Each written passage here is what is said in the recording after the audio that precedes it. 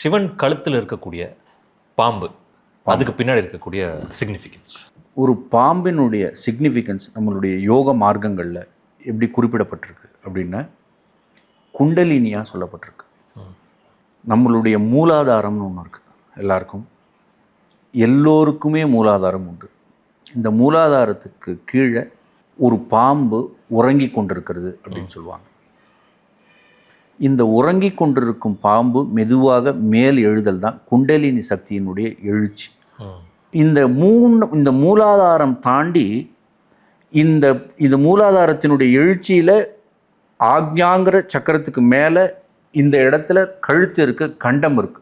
சிவனுக்கு நீலகண்டம் ஒரு பேர். இந்த இடத்துல ஆலகால விஷத்தை அவர் இந்த அமிர்த மதனம் கரையில் வரும் பொழுது ஆலகால விஷம் வரும்.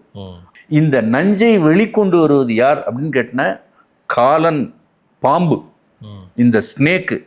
அதனால் சிவன் என்ன பண்ணுறாருன்னா இந்த இடத்துல அதை தன்னுடைய கண்ட்ரோலில் வச்சிருக்காருன்னு அர்த்தம். ஓகே, கழுத்தில் வச்சுருக்கிறதுனால இந்த கண்ட்ரோல் வச்சுன்ற அர்த்தம்.